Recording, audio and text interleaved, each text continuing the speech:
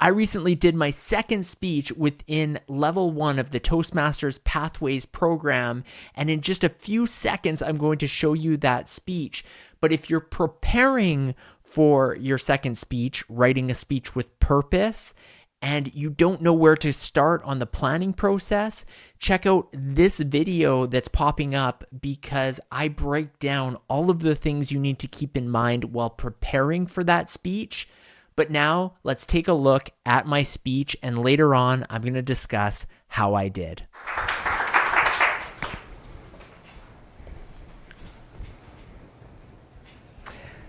How do you have one-on-one conversations that leave the other person feeling energized? How do you create a more dynamic presence on social media? And how do you give presentations that leave the audience feeling as though they walk away with a ton of value? The answer to all of these questions is, well, more questions. Mr. Toastmaster, fellow Toastmasters here in person, and Shemania on Zoom. In 2017, Harvard did a research study because they wanted to understand what makes a great conversationalist. They took 3 test groups of people, and group number 1 was instructed to ask the majority of questions in their conversations. Group number 2 was simply instructed to have regular conversations.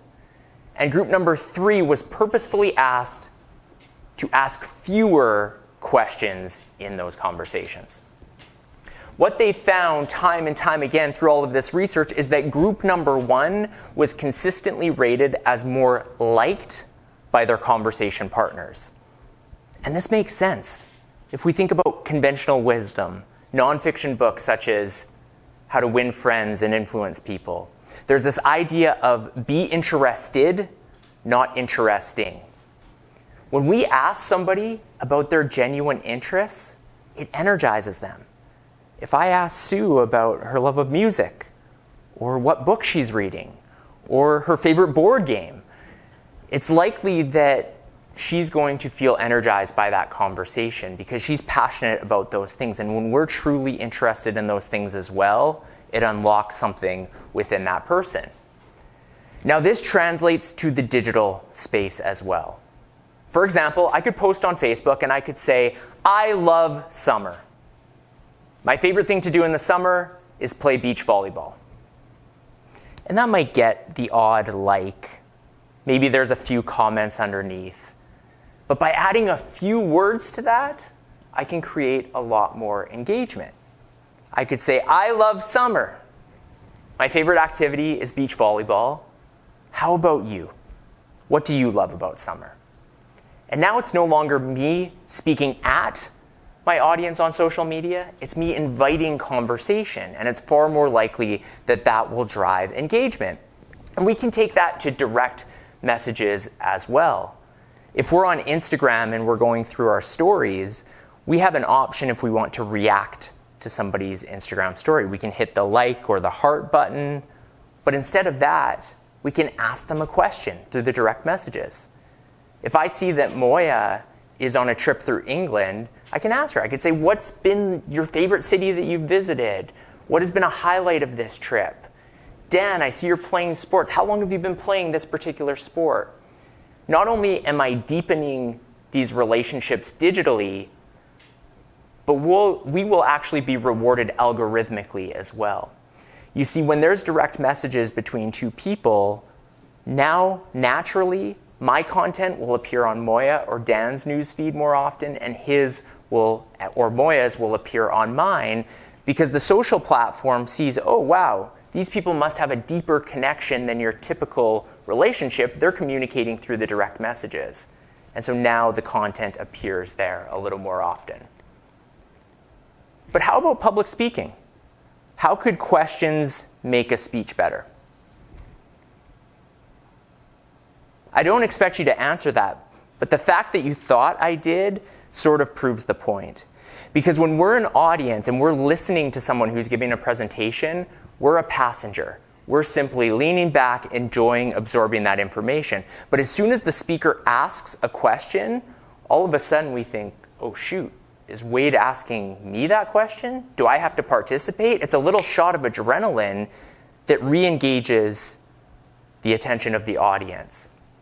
And by hearing other audience members, you make a richer presentation as well. That's one aspect. But the second is the research perspective, which is very important.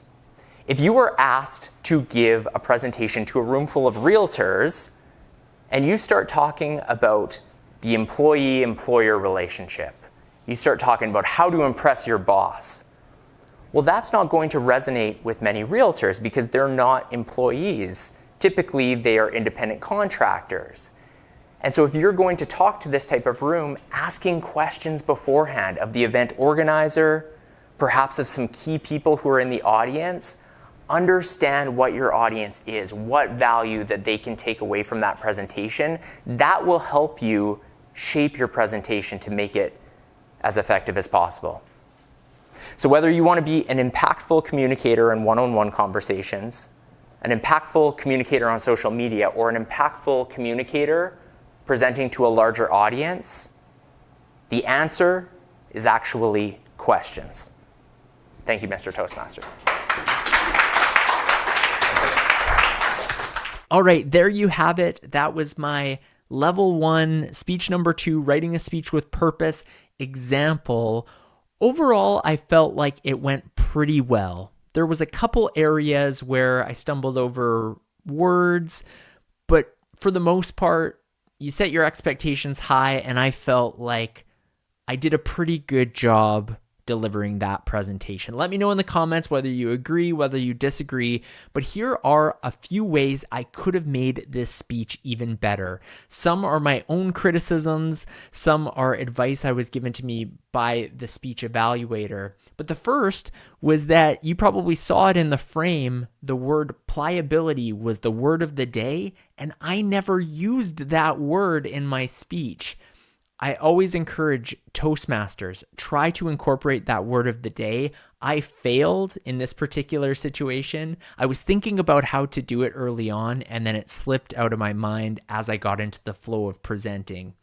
The next thing I will say, and this is interesting because I've recently started Pathways. I've been a Toastmasters member for many years, but I've avoided Pathways for the past 5 or 6 years. And so I just did my level 1 speech number 1 icebreaker a few weeks ago. There's a video about that on my channel as well. But now in doing this one, what I've noticed in these 2 speeches is that I am practicing slower than I'm presenting. When I was practicing the speech, it was around 7 minutes, 30 seconds. And I thought, I might run out of time on the day of the presentation. This one clocked in at 5 minutes, 30 seconds. This is one of my biggest challenges as a speaker, is that I speak quickly in front of audiences. I need to embrace slowing down, incorporating pauses, and I thought I was doing so, but watching it back, I caught myself a few times speeding through things. That's a key piece of advice for anyone, but me especially, is to slow down the speaking. The feedback from my speech evaluator were 2 gifts. The first was to use more facial expressions, which is a really great point. Body language is so important when we give speeches. That is something I'll keep in mind for future speeches. And the other piece of advice he gave me was to reinstate the importance of why this is important. I talked about how asking questions can help you be a more impactful communicator. He challenged me to thread that more often throughout the speech of why people will want to take action and actually start implementing these things. I thought it was an excellent evaluation. It was actually somebody I am mentoring who evaluated me, so that was a lot of fun. But let me know what you think. How do you think that speech went overall? For me, I really enjoyed the process. I've enjoyed getting back into the Pathways swing of things. I avoided writing speeches for years with Toastmasters. I've signed up for other roles, but this is tapping back into the creativity and accountability of practicing a formalized speech. So if you're like how I was before and you've avoided pathways, I would encourage you. I am trying to be an example here and actually work through the pathways program. And so far, I've been really noticing the rewards of doing so. So I hope that encourages you as well. Thank you so much for watching this video. If you haven't already subscribed to my channel, please subscribe. It's the best way you can help out my channel. And then there's going to be a video popping up right now. This one is important. I mentioned it earlier in this video. I really break down the things you need to know. So if you're watching this and you're planning to take on your second speech, check out that video because it's going to break down all of the essentials. Thank you for watching this one.